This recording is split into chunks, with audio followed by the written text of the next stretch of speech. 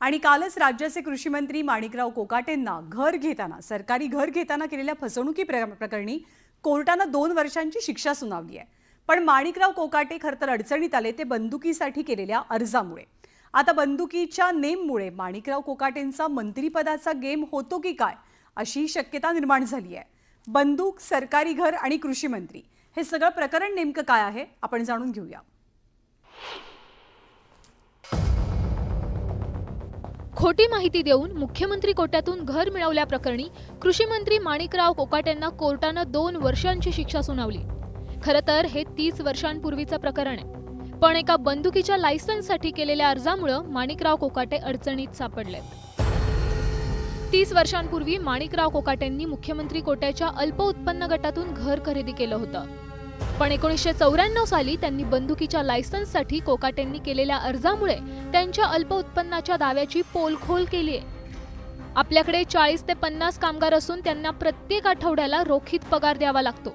ती रक्कम एका ठिकाणाहून दुसऱ्या ठिकाणी घेऊन जाताना सुरक्षेसाठी बंदुकीची आवश्यकता आहे असा उल्लेख कोकाटेंच्या बंदूक लायसन्स अर्जात होता आणि हाच उल्लेख कोकाटेंना कोर्टात दोषी ठरवण्यासाठी कारणीभूत ठरला। एक गोष्ट खरी आहे, मी घर घेताना 1989 साली ॲफिडेविट केलेलं आहे। क्षेत्रप्रमाणे 1993-94 घेतलं, मध्ये 5 वर्षाचा अंतर आहे आणि 2,000 रुपये उत्पन्न माझं वाढलं। तेव्हा महागाई निर्देशांकाचा जर विचार केला तर तेवढे 2, 5, 10,000 उत्पन्न हे वाढीव तुम्हाला ग्राह्य धरता आलं पाहिजे। परंतु आता त्या काही गोष्टी रेकॉर्डवर न आल्यामुळे त्या ठिकाणी गैरसमजापोटी काही गोष्टी झाल्या असतील, परंतु तो न्यायालयाचा अधिकार आहे।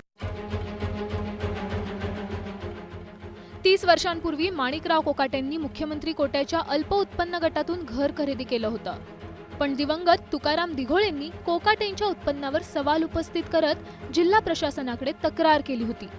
कोकाटेंनी उत्पन्नाविषयी खोटी माहिती देऊन सरकारी कोट्यातून घर मिळवल्याचं चौकशीत उघड झालं होतं। त्यावर आता कोर्टानं शिक्कामोर्तब केलाय, पण कोर्टाच्या या निकालामुळे कोकाटेंच्या मंत्रिपदावर गंडांतर आलंय। Bureau report, news 18 Lokmat. पण कृषी मंत्री माणिकराव कोकाटेंच्या शिक्षा प्रकरणामध्ये एक नवा ट्विस्ट येतोय।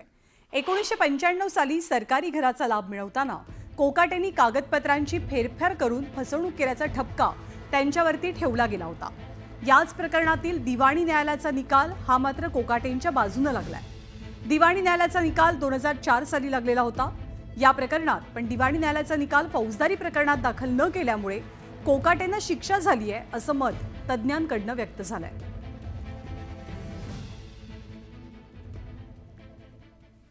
पुढची बातमी छावा सिनेमाच्या वादासंदर्भातली आहे। छत्रपती संभाजी महाराजांच्या जीवनावरती आधारित छावा सिनेमाची सध्या देशभरात जोरदार चर्चा होते।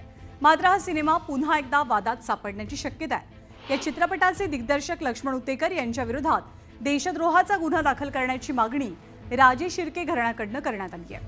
गणोजी शिर्के यांनी महाराजांच्या विरोधात फितुरी केल्याचं या चित्रपटात दाखवण्यात आलंय। मात्र हा इतिहास पूर्णतः चुकीचा असल्याचा राजे शिर्के घराण्याने दावा केलेला आहे। या संदर्भात शिर्केंकडून पुणे पोलीस आयुक्त अमितेश कुमार आणि जिल्हाधिकारी दोघांनाही निवेदन देण्यात आलं।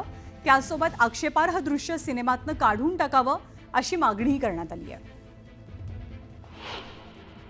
उत्तेकरांनी खूप सुंदर चित्रपट केलाय, आमचा चित्रपटाला विरोध नाहीये, परंतु उत्तेकरांना जे काल्पनिक खलनायक निर्माण केलाय, सिनेमॅटिक लिबर्टीच्या नावाखाली जे आमचा अन्याय केलाय तो थांबवा। राजे शिर्क्यांची बदनामी लवकरात लवकर थांबावी, अन्यथा राजे शिर्के परिवार संपूर्ण आमचे आप्तेष्ट, आमचे नातेवाईक, मालुसरे असू, मोहिते असू, बाकी सगळे A to Z म्हणजे जेवढे काही आमचे नातेसंबंध असतील सर्व राजघरातले सगळे एकत्र येऊन आम्ही आंदोलनात उभं राहणार आहोत आणि आम्ही न्याय मागणार आहोत। आमचा त्यांना विरोध नाहीये, फक्त आमच्या बदनामीला आमचा विरोध आहे, एवढंच माझं म्हणणं। या सगळ्या संदर्भात इतिहास संशोधक इंद्रजित सावंत यांनी काय टिप्पणी केली आहे जाणून घेऊया। या सिनेमामध्ये 2 गोष्टी खूप आक्षेपार्ह दाखवलेल्या आहेत। सोयराबाई साहेबांचं जे आहे ते पत्र लिहितात आणि संभाजी महाराजांचा अध्याय संपवा हे सांगतात अकबराला, तो एक आहे। आणि दुसरा मुख्य आक्षेप असा आहे की गणोजी शिर्के आणि त्यांचे भाऊ ही दोघं जण शेख निजाम मुकरब खान याला कोल्हापूर ते संगमेश्वरचा रस्ता दाखवतात आणि स्वतः लीड करतात त्या शेख निजाम मुकरब खानाला। याच्या संदर्भात कुठलाही ऐतिहासिक साधा एक ओळीचा पुरावा सुद्धा उपलब्ध नाही. असेल तर तो त्या दिग्दर्शकांनी किंवा सिनेमाच्या लेखकांनी, इतिहास सल्लागारांनी दाखवावा. आणि आज देशाचे पंतप्रधान नरेंद्र मोदी आणि शरद पवार हे राजकारणातले दोन धुरंधर एकत्र आले होते आणि अर्थातच त्याची राजकीय वर्तुळात जोरदार चर्चाही झाली. दिल्लीतल्या मराठी साहित्य संमेलनाच्या उद्घाटन प्रसंगी या दोघांमधल्या केमिस्ट्रीची जोरदार चर्चा रंगली. पंतप्रधान मोदींच्या हस्ते या साहित्य संमेलनाच्या कार्यक्रमाचं दीपप्रज्वलन केलं जाणार होतं. यावेळेला मोदींनी शरद पवारांना आवर्जून पुढे बोलावलं, त्यांचा हात धरला आणि मग दीपप्रज्वलन केलं. त्यानंतर दोनही नेते व्यासपीठावर अगदी शेजारी शेजारी बसले. दोघांमध्ये चर्चाही रंगल्याचं दृश्य महाराष्ट्रानं पाहिलं. तर शरद पवारांचं भाषण संपल्यावर ते पुन्हा आपल्या जागी बसण्यासाठी परत आले. यावेळी पवारांना बसण्यासाठी पंतप्रधान मोदींनी खुर्ची पुढे केली, त्यांना काहीसा आधार दिला आणि नंतर टेबलावरच्या बाटलीतलं पाणी ग्लासात ओतलं आणि पवारांना पाणी पिण्यासाठी ग्लास पुढेही केला. या तीन दृश्यांमुळे आणि या कृतीमुळे राजकीय वर्तुळात वेगवेगळ्या चर्चाही रंगू लागल्यात. दरम्यान शरद पवार आणि पंतप्रधान नरेंद्र मोदी यापूर्वी एकाच व्यासपीठावर कधी कधी एकत्र दिसले होते. त्याचा इतिहास पाहूया. 2016 साल पुण्यामध्ये आंतरराष्ट्रीय ऊस परिषद होती. हे दोनही नेते एकाच व्यासपीठावर आले. 1 ऑगस्ट 2024ला गेल्याच वर्षी लोकमान्य टिळक राष्ट्रीय पुरस्काराच्या निमित्तानं या दोन नेत्यांनी एकाच व्यासपीठावर हजेरी लावलेली. तर 18 डिसेंबर 2024 शेतकरी प्रश्नावरती संसद कार्यालयामध्ये पंतप्रधान मोदी आणि शरद पवार दोघांमध्ये भेट झाली. तर आज अखिल भारतीय मराठी साहित्य संमेलनाच्या व्यासपीठावरती सुद्धा पंतप्रधान मोदी आणि राष्ट्रवादीचे सर्वेसर्वा शरद पवार एकत्र पाहायला मिळाले. तर अखिल भारतीय मराठी साहित्य संमेलनाला आजपासून सुरुवात झाली आहे. अध्यक्षीय भाषणाच्या वेळेला डॉक्टर तारा भवाळकर यांनी कुणाचंही नाव न घेता अनेकांना शाल जोडीतनं लगावले. त्या काय म्हणाल्या आपण पाहूया. मराठी भाषा जी टिकवली ती संतांनी टिकवली. भाषा ही प्रत्यक्ष जीवनात असावी लागते, कारण भाषा ही एक जैविक अशी गोष्ट आहे, जिवंत. जर भाषा बोलली तर ती जिवंत राहते, नुसती पुस्तकातनं आणि ग्रंथातनं ती जिवंत राहत नाही. म्हणून भाषा ही जैविक आहे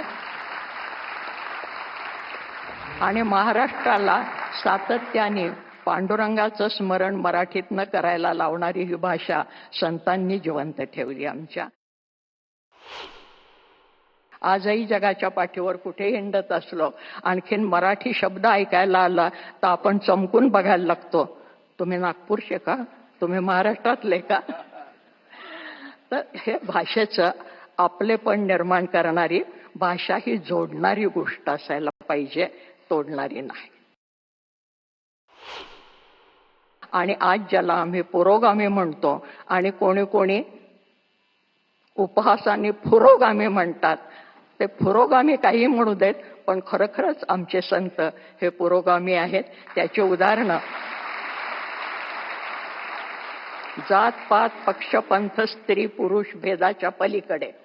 त्यामुळे स्त्री अध्यक्ष झाली हा महत्वाचा मुद्दा नाही, गुणवत्ता हा महत्वाचा मुद्दा आहे.